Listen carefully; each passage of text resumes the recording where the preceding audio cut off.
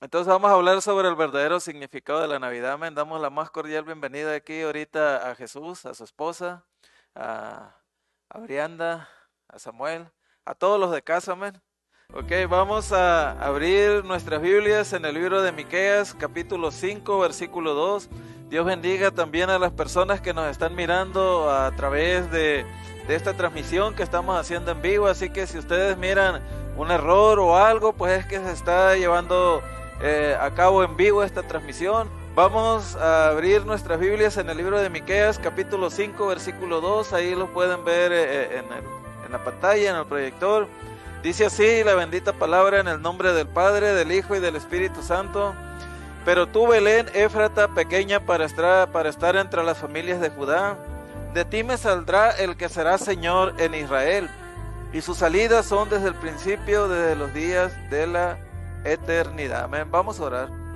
Así como están, inclinen sus rostros y vamos a pedirle que sea el Señor quien hable a nuestra vida, que disipe de nuestra mente cualquier perturbación que pudiese haber, porque siempre hay perturbación en nuestra mente que a veces impide que nosotros pongamos una atención especial a lo que el Señor quiere hablar y ministrar en nuestra vida. Padre, en esta hora, en el nombre de Jesús, te doy gracias porque nos permites estar aquí en este lugar, Señor, para alabar, glorificar, exaltar y bendecir tu precioso nombre, Señor. Yo te pido en el nombre de Jesús, aleluya, después de haberte exaltado y glorificado, ahora, Señor, prepares nuestra mente, pero no nomás nuestra mente, sino también nuestro corazón, Señor, para escuchar tu bendita palabra, ministrando a nuestra vida, ministrando a nuestro ser, Señor. Quita de nuestra mente cualquier tipo de perturbación que pudiese haber, Señor, que pudiésemos traer en este momento, Dios mío.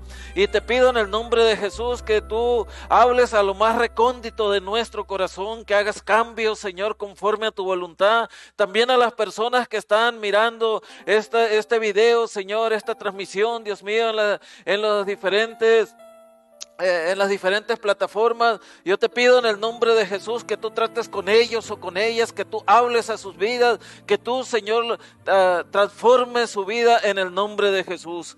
Aleluya. Amén. Ok, pues entonces el tema es el verdadero significado de la Navidad. Amén.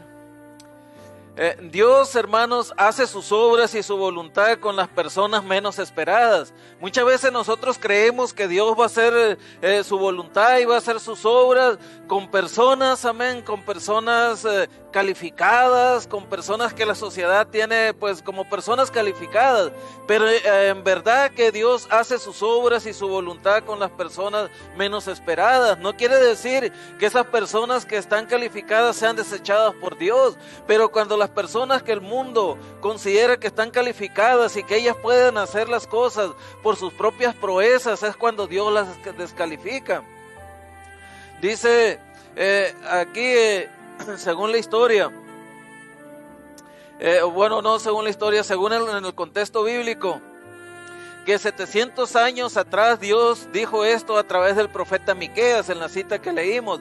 Pero tú, Belén, Éfrata pequeña para estar entre las familias de Judá, de ti me saldrá el que será el Señor en Israel, y sus salidas son desde el principio, desde los días de la eternidad.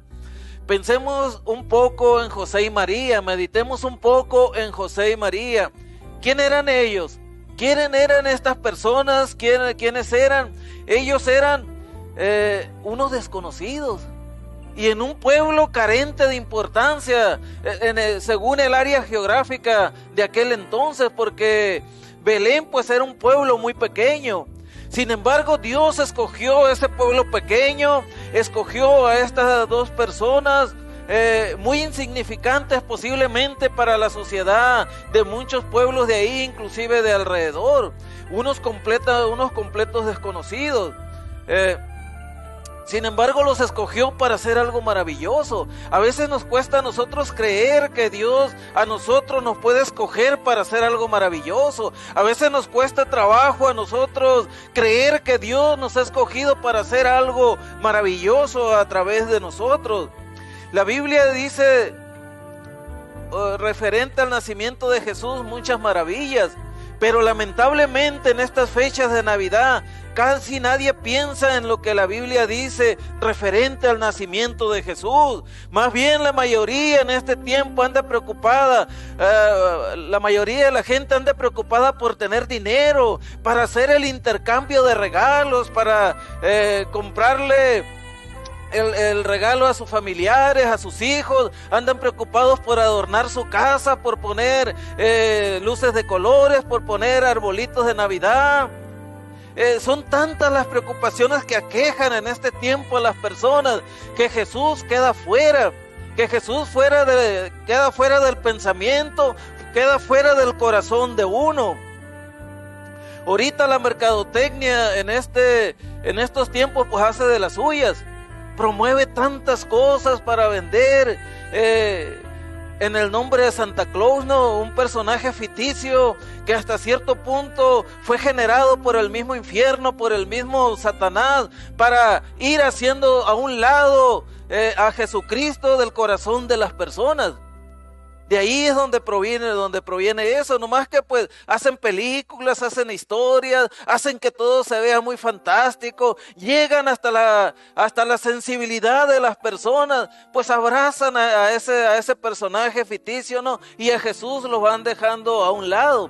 Y lamentablemente nosotros a veces como padres cristianos, ya no digo los que no tienen conocimiento de Dios, se entiende pues, ¿no? Se entiende eso, que los que no tienen conocimiento de Dios hagan eso, para que hagan las cosas como les acabo de decir ahorita, pero no se entiende que padres cristianos hasta cierto punto sigan inculcando eso en la mente y en el corazón de sus hijos. Dicen, pues ¿para qué les vamos a romper la ilusión? Yo estaba hablando con uno y le digo, oye, ¿tú le dices todavía a tus hijos que Santa Claus existe? Sí, hermano, es que no les quiero romper la ilusión, no quiero causarles un terrible dolor. Le digo, qué tronado está. ¿Cuántos años tienes en el camino del Señor? No, pues tantos. Eso déjaselo posiblemente a un nuevo convertido, a una persona que va empezando a ir a la iglesia, a una persona que no tiene conocimiento cabalmente de las Escrituras, pero tú que tienes tantos añales, ya estás hasta rancio aquí en el camino del Señor. Y no, pues es que yo me llevaba con él, no, por eso le decía así. Si no me hubiera llevado con él, no le digo esto. Miren, pero yo quiero decirles, hermanos, que la fecha exacta del nacimiento de Jesús nadie la sabe. No es un hecho realmente que Jesús haya nacido el 25 de diciembre. Posiblemente esta fecha fue establecida por algún personaje de la Iglesia Católica o posiblemente por alguna otra persona. Pero fue establecida esta fecha para celebrar el nacimiento de nuestro Señor Jesucristo. Y algunos cristianos pues también aprovechamos para celebrar el nacimiento de nuestro Señor Jesucristo este 25 de diciembre. Pues es la fecha que la gente escogió para recordar su nacimiento. Pero la mayoría de teólogos no concuerdan en que Jesús haya nacido el 25 de diciembre, por muchos factores que no voy a mencionar ahorita, ¿no? Porque sería alargar mucho la predicación. Pero lo importante es, hermanos, que la fecha del nacimiento de Jesús no es lo importante. No es lo importante que Jesús haya nacido el 25 de diciembre, que haya nacido el 5 de junio, que haya nacido en marzo, que haya nacido en mayo, que haya nacido la fecha en que haya nacido. Lo importante es que Jesús nació. Lo importante no son los arbolitos de Navidad, lo importante no son las luces, no son la comida, no son los regalos, etc. Lo más importante es no olvidar el verdadero significado de la Navidad, que no salga de nuestra mente, de nuestro corazón, el verdadero significado de la Navidad. Navidad es cuando el Hijo de Dios, que también es Dios, dejó todas sus comodidades de vivir en el lugar perfecto. Porque Jesús, antes de venir y encarnar en el vientre de la Virgen María, Él vivía en un lugar perfecto. Él dejó la adoración de los ángeles y bajó del cielo para nacer en una familia pobre, con un padrastro carpintero y de una mujer maravillosa y fiel a Dios llamada María. Jesús no nació, hermanos, en la sala de un hospital con doctores. Mi nieta nació en la sala hace aproximadamente 2 meses, en un hospital donde había doctores, donde había enfermeras que la atendieron. Un cuarto muy acondicionado, porque aquí los hospitales en Estados Unidos, en su gran mayoría, están muy acondicionados. Yo no digo que en los demás países no lo estén, no, pero aquí la mayoría de los hospitales están muy bien acondicionados. Y ahí nació mi nieta, con todas las atenciones posibles. También dejó un deudón que solamente que yo creo que el anticristo lo va a pagar cuando venga. Entonces miren, entonces Jesús no nació en la sala de un hospital así como nació mi nieta, con doctores y enfermeras que cuidaran de él y su madre. Jesús, hermanos, nació en un pesebre. Jesús nació en un establo maloliente, amén, sin luces de neón ni cenas pomposas. Cuando nace el hijo de un artista, de un personaje famoso, cuando nace el hijo de un príncipe por allá de Inglaterra, tiene un nacimiento pomposo, hay tantas atenciones para él, tanta propaganda, los medios de comunicación se centran ahí para anunciar el nacimiento de ese niño. Sin embargo, en Jesús no hubo nada de eso, hermanos. Puede imaginarse a su hijo nacer así, o pueden imaginarse ustedes mismos naciendo así. Creo que mi madre me platicó que al primer hijo que tuvo, porque vivían allá en Sonora y eran carboneros, mi padre era carbonero, o sea, trozaba árboles para hacer carbón, no sé si ustedes sepan de eso.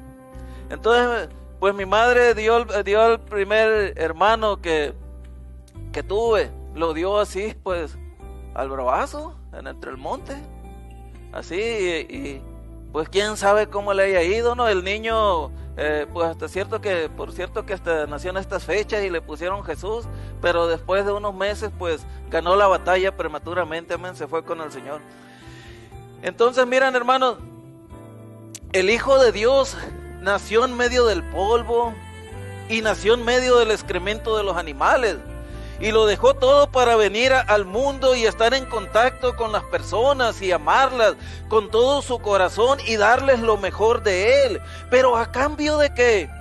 ¿A cambio de qué amó Jesús la humanidad de esa manera? A cambio, hermanos, del menosprecio de la humanidad, a cambio del menosprecio de uno. La gente en aquel entonces a Jesús, ya cuando fue adulto, lo escupió. La gente en aquel entonces a Jesús lo rechazó, lo insultó, lo ofendió, se burlaron de él, lo azotaron, lo torturaron, le arrancaron la barba, lo crucificaron desnudo. Sin ropa lo crucificaron públicamente, porque ahí el artista pinta a Jesús, lo pinta por lo menos con una manta tapando sus partes íntimas, pero en verdad Jesús fue crucificado completamente desnudo. Todo, hermanos, por haber amado a las personas. La gente de ese tiempo no supo respetar al Hijo de Dios. Uno puede decir, pero qué gente tan insensata. Qué gente hasta cierto punto tan insensata, qué gente tan insensible, qué gente hasta cierto punto, pues sí, gente insensible. Pero vamos a detenernos un momento, hermanos. Pero hay que detenernos un momento en este punto. Porque yo antes de ser cristiano y que miraba películas, principalmente en estas fechas, no en estas fechas, sino en fechas de Semana Santa, y miraba cómo crucificaban a Jesús, y yo me ponía, hasta cierto punto, pues, me ponía mal con la gente en esa época, aunque yo era pues lo que era, porque no era convertido al Señor en ese entonces. Pero si nos detenemos un momento en este punto, en este punto, ¿qué diferencia hay con la gente de hoy, con la gente del tiempo de Jesús? ¿Qué diferencia hay entre ellos y la gente de este tiempo? Amén. La gente, hermanos, de este tiempo lo rechazan. La mayoría de la gente rechaza en este tiempo a Jesús al no confesarlo como su Salvador personal. Ustedes pueden decir, yo creo en Jesús. ¿Y eso qué diferencia es? Dice la Biblia que aún los demonios creen en Jesús. Los demonios creen que Jesús existe. Los demonios saben que va a llegar un tiempo donde ellos van a ser enjuiciados totalmente. O van a empezar a cumplir la condena que ya se les dictaminó en el lago de fuego y que va a ser terrible para ellos. Y cuando ellos piensan eso, ellos empiezan a temblar. Pero la gente ni siquiera eso hace en este tiempo. Uno les dice, ¿tú crees en Jesús? Y ellos dicen, sí, creo en Jesús. ¿Qué crees? ¿Que soy un animal o qué? Y uno, no sé si ustedes hayan ido a visitar a la cárcel a algún familiar alguna vez o hayan estado de residentes algún tiempo ahí, ¿no? Pero cuando uno está en la cárcel, hermanos, uno encuentra ahí al asesino más terrible con un crucifijo. Encuentran al violador más terrible, aquel que abusó de niños pequeños. Lo encuentran con una insignia religiosa también. Y mencionan a Dios. O mencionan a la religión que ellos tienen. Eso, hermanos, no ayuda de nada. Se está rechazando a Jesús de igual manera como se rechazó en aquel tiempo. Miren, como cuando uno no acepta a Jesús como su Salvador y personal y como su Salvador y Señor personal, nos estamos burlando de Él, hermanos, al decir que creemos en Él, que queremos seguirlo. Pero ¿cómo vamos a creer en Él? ¿Cómo lo vamos a seguir si nosotros no hacemos sus mandamientos? Y estoy completamente seguro que uno no cumple aún estando en el camino del Señor los mandamientos de Dios cabalmente, porque aún estando en el camino del Señor, uno falla con los mandamientos del Señor. Pero uno, hermanos, está constantemente pidiéndole perdón al Señor, diciendo, mira, Señor, ya te fallé en esto, ayúdame a no caer en el mismo bache de nuevo, dame fuerzas, dame fortalezas para poder resistir el pecado, todo el vendaval que el diablo me avienta. Entonces Dios mira, dice, está en la lucha, está luchando, está sufriendo los estragos del reino de Satanás, pero aún así está siendo fiel, me está siendo fiel.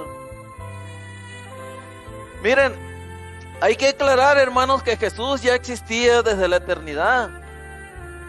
Él existió antes de su nacimiento, porque muchas personas creen que Jesús empezó a existir desde el momento que fue engendrado por el Espíritu de Dios en el vientre de la Virgen María.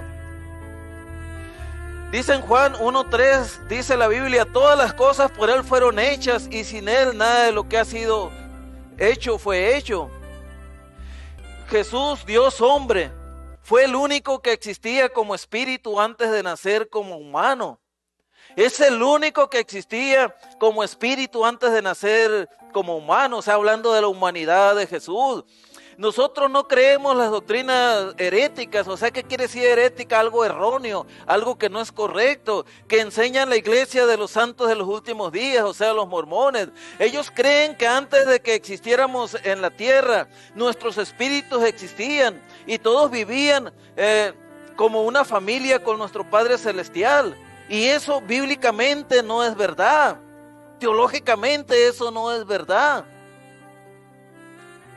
Dice la Biblia en Colosenses 1:15 al 16. Él es la imagen del Dios invisible, el primogénito de toda creación.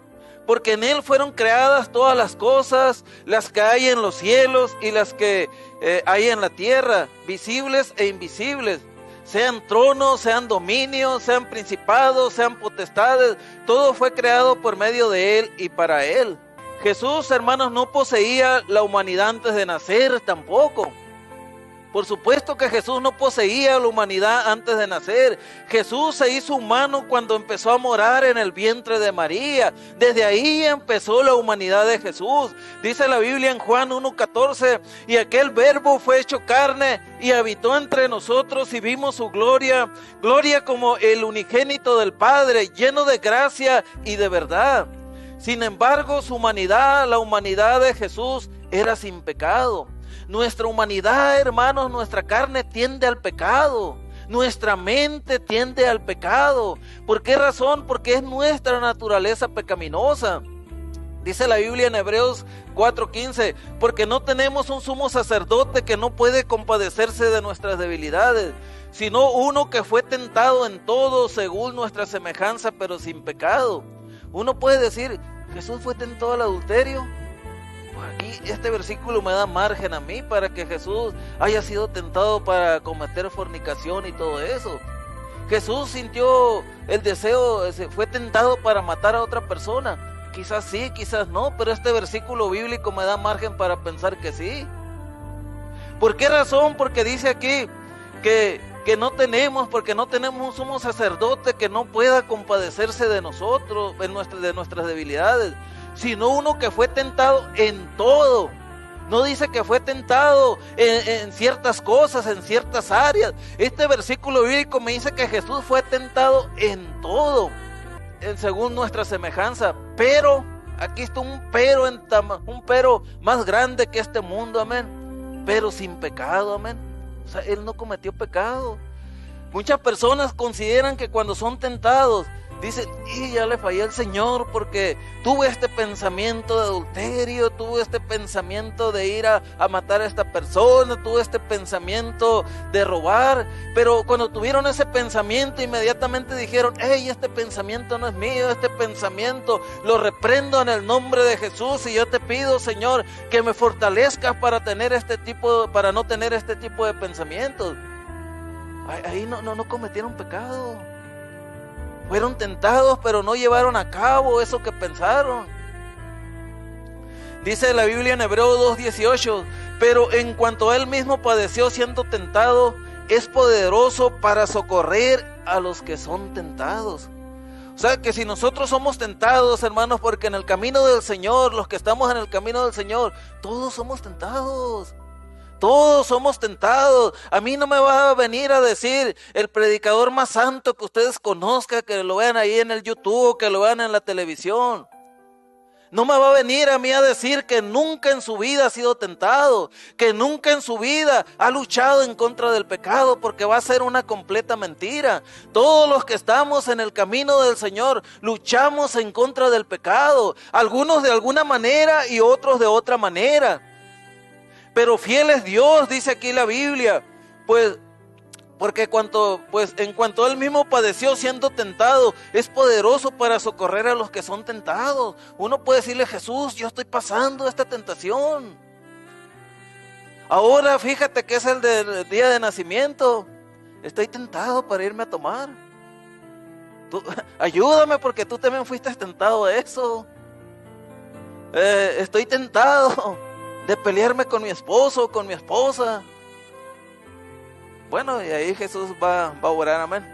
Así que a través de este mensaje vamos a analizar las razones de por qué envió Dios a su Hijo a este mundo en la semejanza de carne de pecado, amén. Y la primera razón por la cual Dios envió a su Hijo a este mundo en semejanza de carne de pecado es para revelarnos a Dios. Miren, aunque Dios se revela a sí mismo de varias maneras, que incluyen las magnificencias de la naturaleza. Por ejemplo, nosotros miramos el mundo, el globo terráqueo, ¿no? Por lo menos allá en la televisión lo miramos entero, en internet, y nosotros llegamos a la conclusión que alguien lo tenía que haber hecho. O a menos que ustedes sean muy evolucionistas, ¿no? Que crean que se hizo a través de un accidente cósmico y a través de millones y millones de años la galaxia, la Vía Láctea y todo eso se fue conformando. Bueno, todo ese rollo, ¿no? Pero uno mira al humano, nosotros mismos miramos tantas cosas y uno llega a la conclusión de que tuvo que haber un Dios que quisiera todo esto. Algunos creen en la mitología griega, y dicen que fue Zeus, que fue esto, que fue lo otro, bueno, tantas cosas, ¿no? Pero el ser humano llega a la conclusión de que tenía que haber existido, que existe un Dios que hizo todo lo que miramos. Pero la naturaleza, hermanos, no nos dice del carácter de Dios, no nos dice de los sentimientos de Dios, no nos revela el carácter de Dios, no nos dice los planes de Dios para con nosotros. Dios, hermanos, o sea, la naturaleza nos revela que existe un Dios, pero no nos revela el carácter de Dios. Solamente la encarnación revela la esencia de Dios. Solamente la encarnación de Jesucristo en el vientre de María fue la que nos reveló, hermanos, fue la que nos reveló el carácter de Dios. Aunque velada, porque por más que los exégetas bíblicos, los teólogos, estudian sobre Dios, que estudian teología quiere decir estudio de Dios, que estudian a Dios, nunca lo van a poder comprender, nunca lo van a poder entender al 100%. Tal vez ni ustedes me entiendan por qué Jesús tuvo que encarnarse todavía. Hay una ilustración que está más trillada, que no sé qué, ¿no? Y que ya se les he contado varias veces, pero encaja en esto que les estoy diciendo. Encaja en esto que les estoy diciendo. Dicen que un hombre por allá de hinduno, que vino aquí a Estados Unidos para, pues tenía dinero el amigo, vino acá a Estados Unidos de vacaciones. Y se fue a contemplar los cultivos agrícolas de aquí de Estados Unidos. Y ustedes saben que la religión allá de esas personas, en su gran mayoría, respetan la vida de los animales, no los matan. Aquí mira una vaca bien dada a uno y ya piensa uno en las hamburguesas y en todo eso, ¿no? Una carnita. Pero allá no es así, ¿no? Allá miran una vaca así y la veneran hasta cierto punto. Entonces este hombre andaba aquí pues mirando los campos de cultivo aquí en Estados Unidos, cuando miró que venía un tractor, venía un operador arriba de un tractor y traía una cultivadora y venía cultivando los surcos, cuando en uno de los surcos estaba un hormiguero y era eminente que al pasar la cultivadora por ahí, la maquinaria iba a destruir a muchas hormigas, iba a destruir el hormiguero.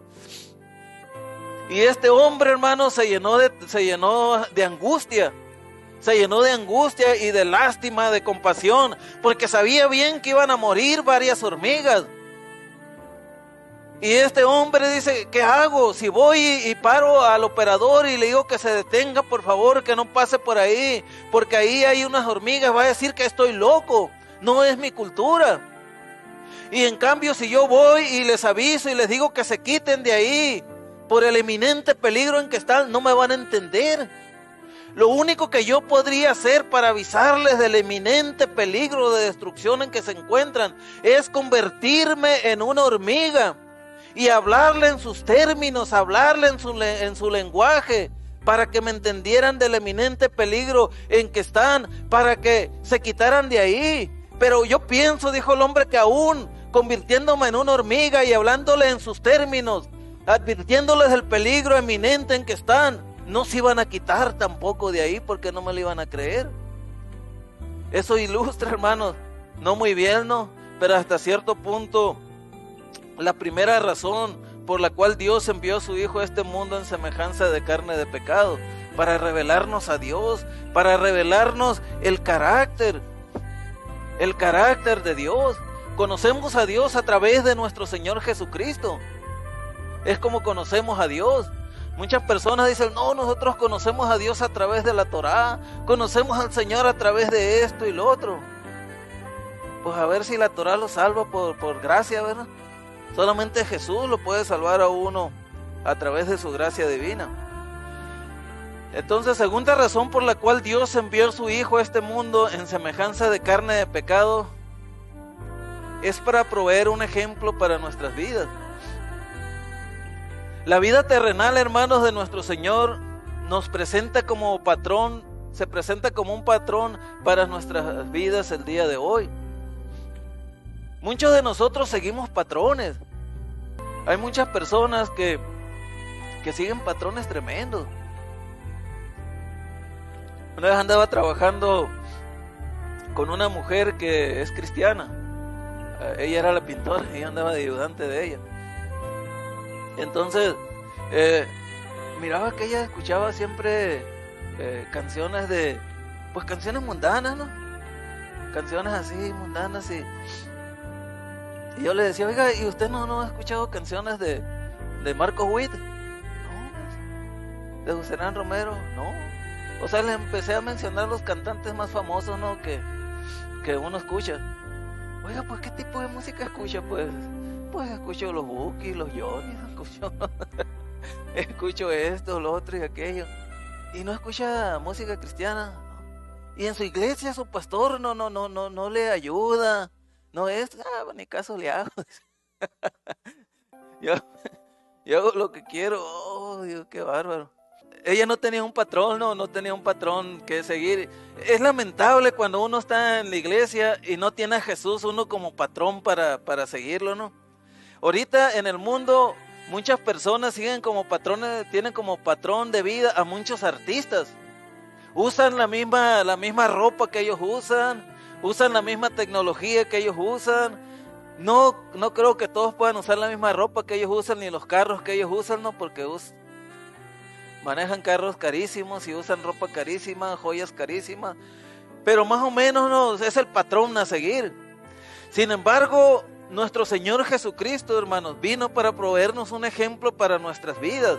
Dice la Biblia en 1 de Pedro 2:21, pues para esto fuisteis llamados, porque también Cristo padeció por nosotros, dejándonos ejemplo para que sigáis sus pisadas. Jesús, hermanos, cuando vino aquí a esta tierra, sufrió mucho. ¿Ustedes creen que Jesús sufrió nada más en la cruz? Desde sus inicios Él empezó a sufrir el menosprecio, el oprobio, el rechazo de la gente religiosa.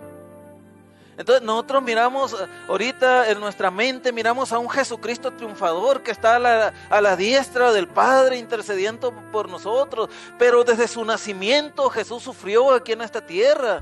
Desde su nacimiento Él sufrió hasta la muerte. Y muchos cristianos no quieren sufrir aquí en la tierra. Quieren nomás escuchar predicaciones de prosperidad. Quieren escuchar predicaciones que le dicen, mira, el Señor dice que te va a ir bien. El Señor dice que tiene esto para ti, tiene una hermosa casa, una mansión para ti el año que entra, tiene el Señor, tiene algo maravilloso, bueno, y la gente, gloria a Dios. Pero cuando uno les habla de las responsabilidades de servir, de las responsabilidades de ser conforme a la voluntad del Señor, dicen, no, ese predicador no es conforme a la voluntad de Dios, ese predicador está amargadito, hombre, está amargado, nomás se lleva dándole palo y palo a la congregación.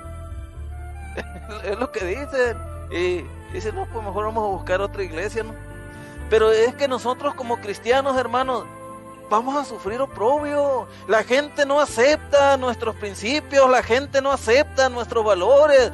Si un muchacho o una muchacha va a la escuela, no le van a aceptar sus principios, sus valores. Oye, tú nunca has estado con una muchacha o con un muchacho, tú eres virgen o esto. Sí, pues eres un tonto, eres una tonta. Mira, te vamos a invitar a una fiesta y hay un muchacho muy guapo, te lo puedes ligar o viceversa. ¿Qué estás haciendo? Perdiendo el tiempo. No son nuestros valores esos, pero son los valores de ellos. Y si los muchachos siguen firmes en esos valores, reciben el escarnio, reciben la burla, reciben todo lo malo de parte de ellos en contra de esos muchachos.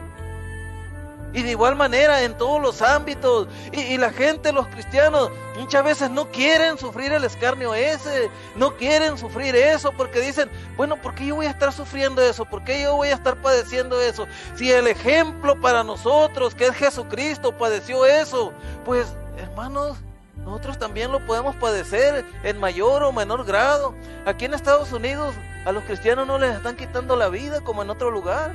Aquí ser cristianos es un privilegio. Pero en otros países, en este tiempo, ser cristiano es sinónimo de muerte. Los matan por el simple hecho de ser cristiano. Entonces, si aquí cualquier probita, cualquier deseo de la carne nos aparta del camino del Señor, imagínense, hermanos, que estuviéramos en un país de aquellos así como somos.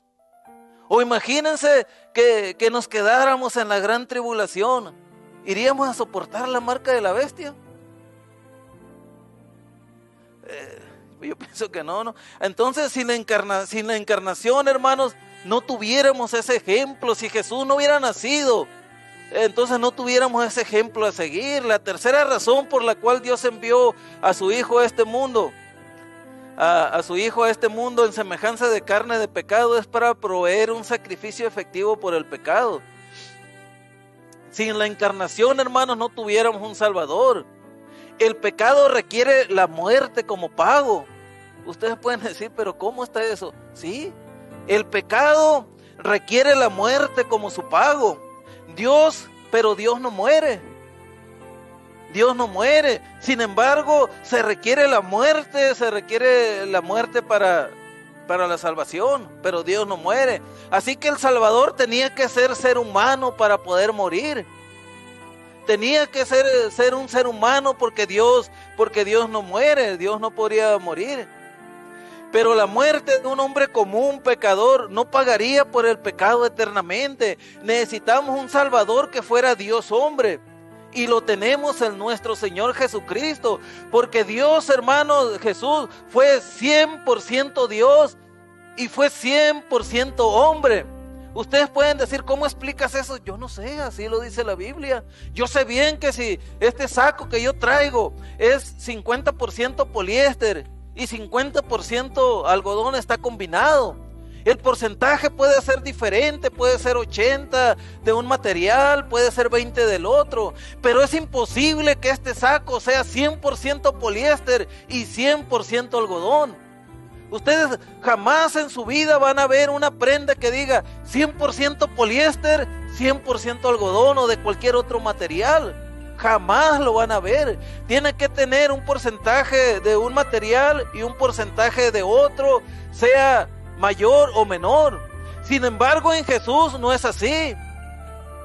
Jesús es 100% hombre, 100% Dios. Una mula, no sé qué tanto por ciento será caballo y qué tanto por ciento será burro, porque es la cruza pues entre un burro y un caballo. Pero en Jesús no es así, hermanos, 100% Dios y 100% hombre. Dice la Biblia en Hebreos 10:12, dice de esta manera: pero Cristo, habiendo ofrecido una vez y para siempre un solo sacrificio por los pecados, se sentó a la diestra de Dios. Miren, el sistema expiatorio del Antiguo Testamento, hermanos, no podía quitar por completo el pecado.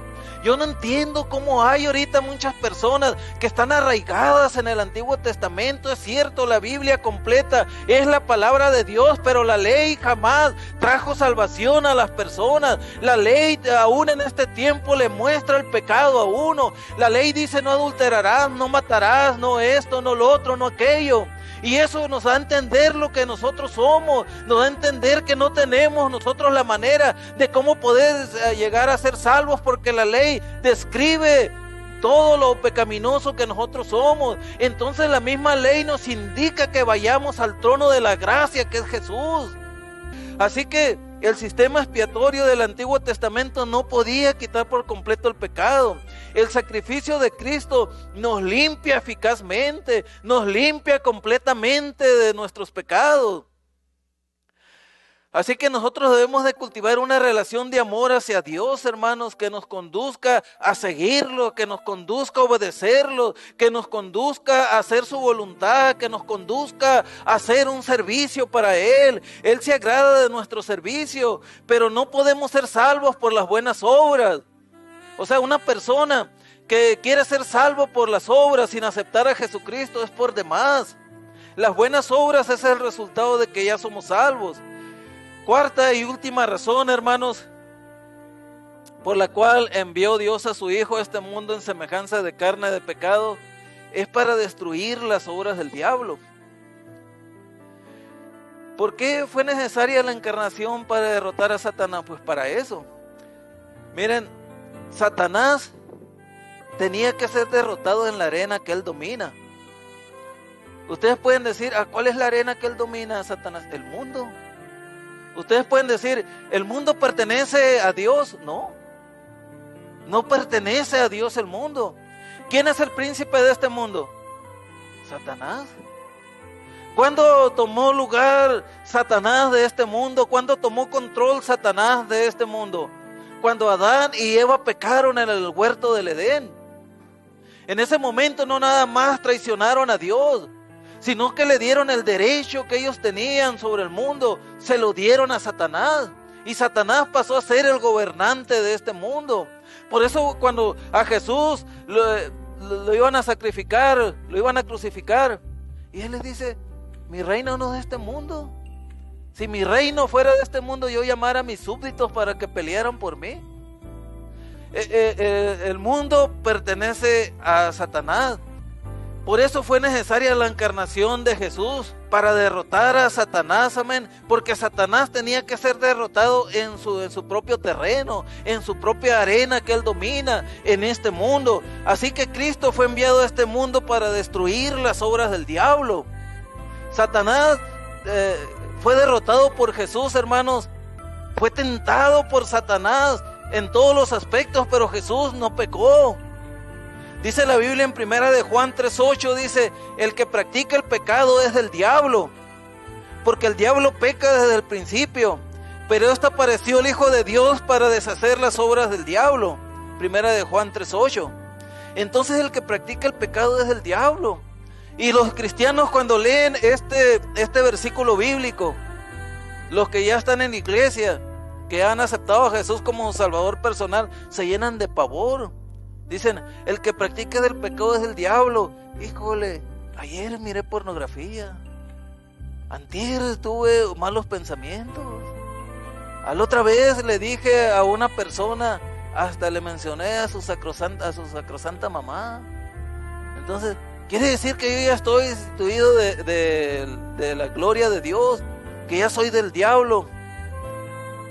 Miren, el cristiano, hermanos, como les vuelvo a decir, no está exento de pecar, no está exento de pecar, pero cuando el cristiano peca, hermanos, en ese momento viene el Espíritu Santo y le redarguye. Óyeme, ¿por qué hiciste eso? Nuevamente menospreciaste mi nombre, nuevamente me humillaste, nuevamente hiciste esto, lo otro, o te pones a cuentas conmigo a ver qué pasa. Entonces el cristiano, hermanos, hay un dolor en su corazón, hay un dolor intenso en él o en ella, y esta persona tiene que ir nuevamente de rodillas ante el Señor y decirle, mira Señor, he pecado contra ti, he pecado contra el cielo, he pecado contra mi familia, he pecado contra todo mundo, quiero que me perdones, quiero que me levantes, quiero que me hagas una nueva persona. Entonces Dios perdona a esa persona. Sin embargo, la persona que practica el pecado, le da igual. Si una persona que practica el pecado le dice a uno, el adulterio es malo, y él dice, pues ¿qué? Dios promete o dice en su palabra que le tocan hasta 7 mujeres y a alguien raro por ahí, es lo que dicen. Entonces, o otras personas, por ejemplo, les dice uno de esto y del otro, o sea, no hay en ellos o en ellas, o les dice, no robes en tu trabajo, no hagas esto o lo otro.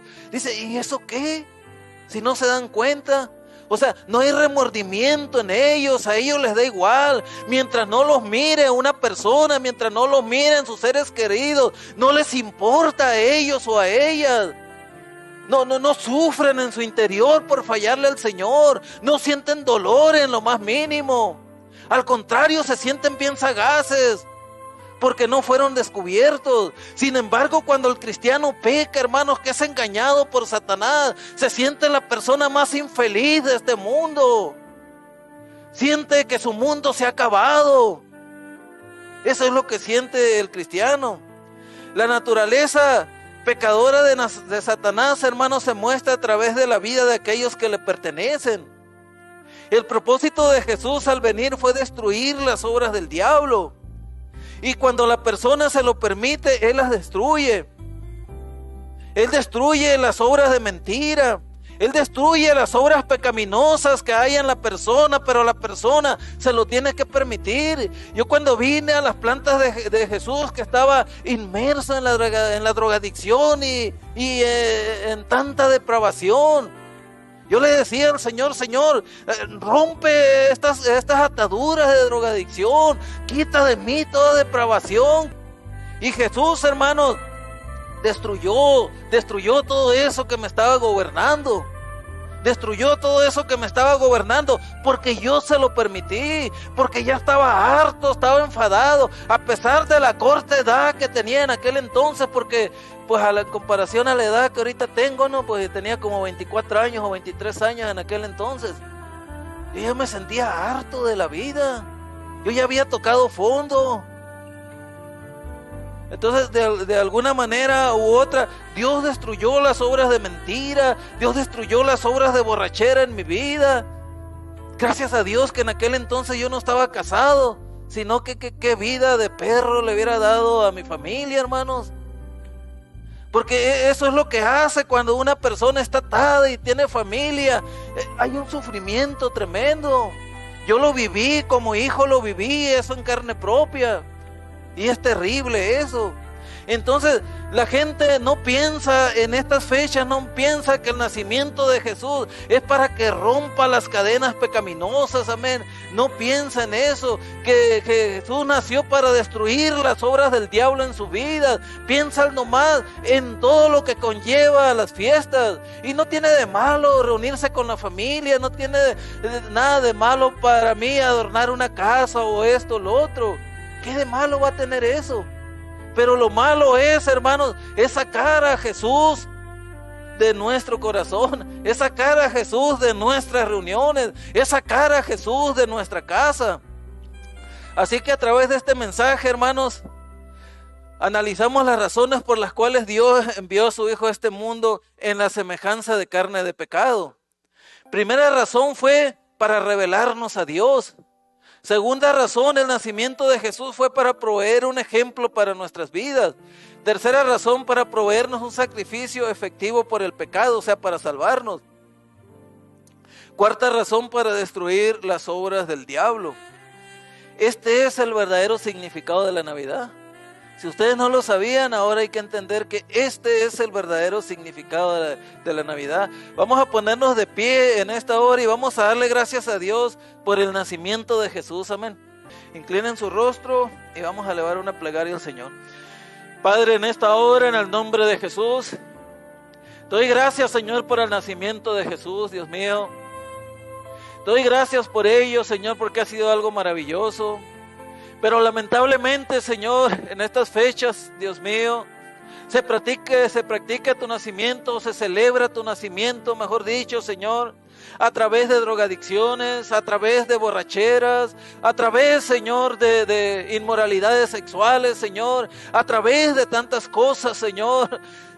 Yo te pido, Padre, en el nombre de Jesús, aleluya, que tú tengas misericordia de este mundo, Señor, que tú tengas misericordia de nosotros, Señor, y que tú permitas, Señor, que en estas fechas, Padre Celestial, que muchas personas, Señor, o mejor dicho, que muchas personas permitan que tú, Señor, rompas las cadenas de pecado, Señor, que gobiernan sus vidas.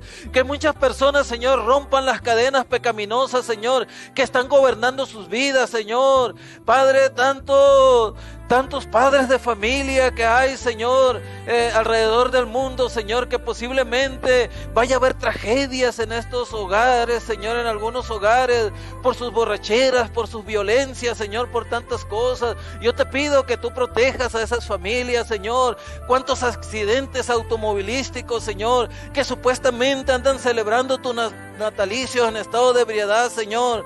Cuántos automovilistas de esos van a perder la vida, Señor, en estas fechas, Padre.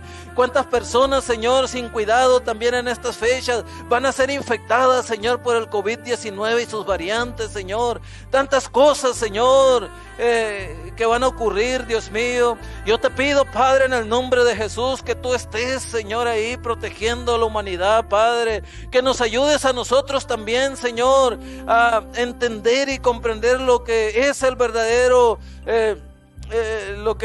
acontecimiento de tu natividad, Señor.